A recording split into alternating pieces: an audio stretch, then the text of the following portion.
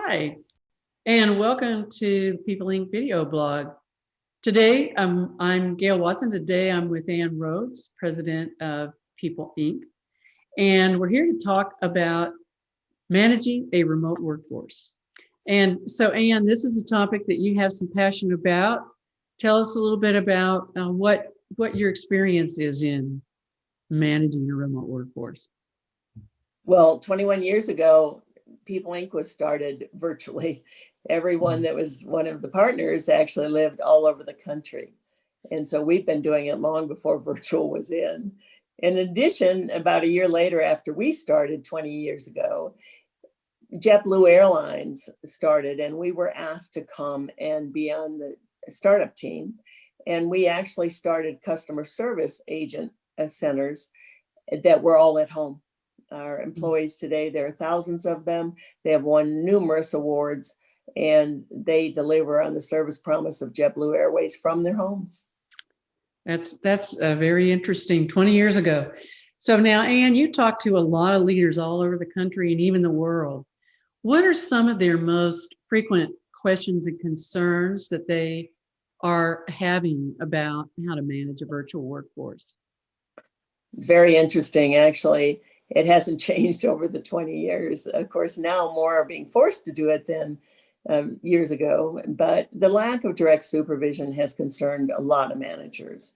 The fact that they always thought having the team there created more of a team environment when they were physically together has also concerned them. The cost of technology, of course, has come down.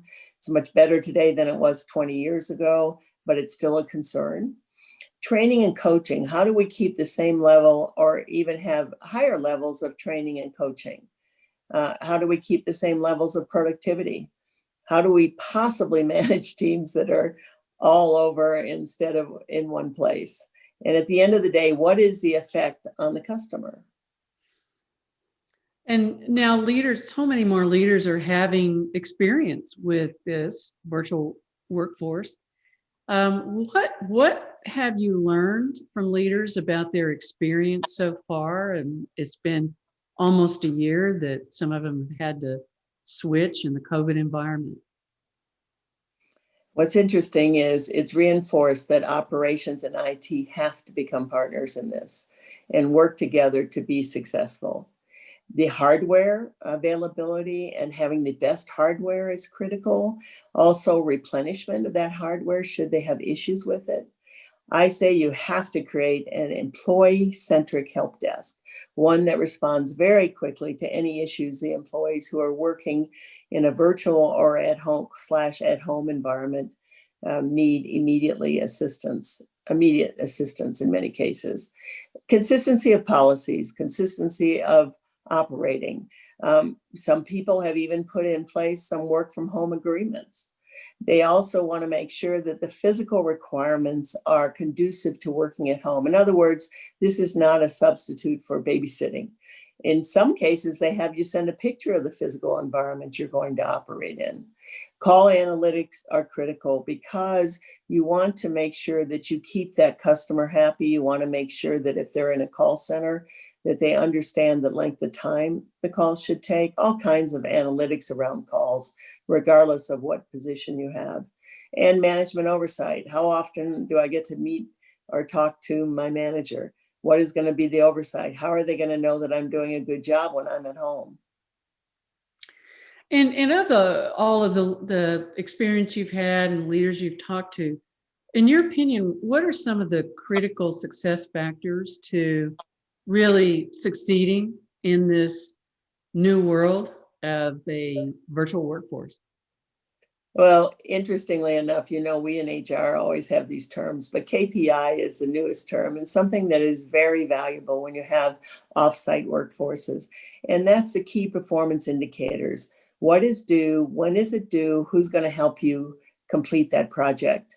It's been used for many years by Google and by other organizations where they have workforces that are dispersed.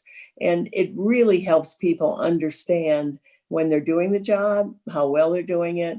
And it's a real key for management's success. Frequent verbal and visual contact. It's not just send emails every week. It's also, now that we have Zoom and many other resources, why not use it? Initial training. Is it as effective? And is the ongoing plan for coaching fit the new environment at home? What are the dashboards? How do we know that we're successful? JetBlue for years has made sure that when you turn on your iPhone, you have the key metrics and you have daily updates on those. That may not be so critical for everyone, but certainly frequent updates are possible and should be done.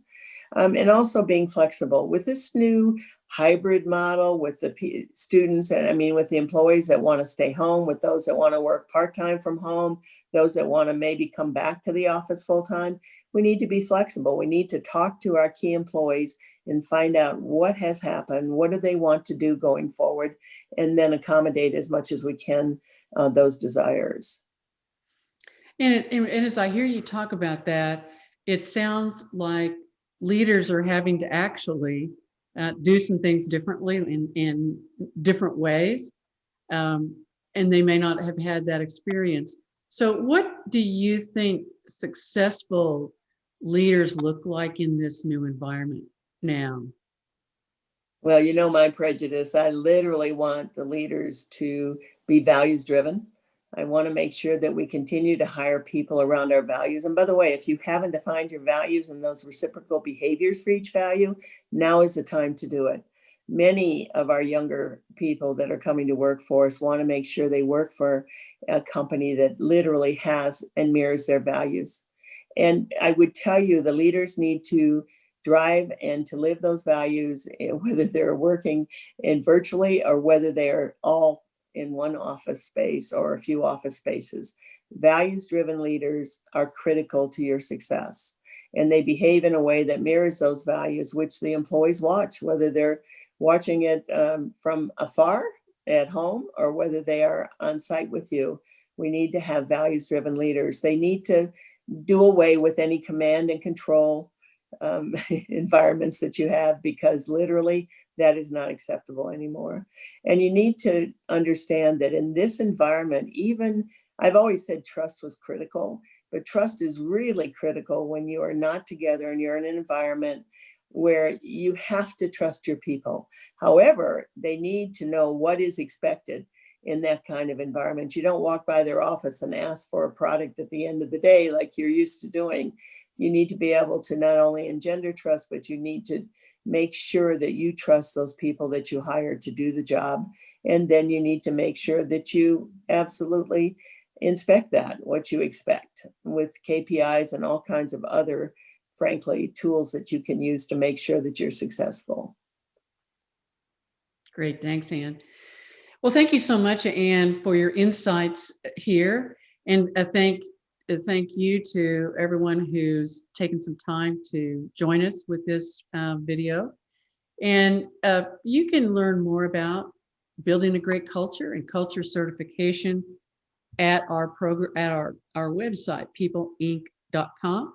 We'd love to hear from you and talk about this and in other topics related to culture. Thank you for listening.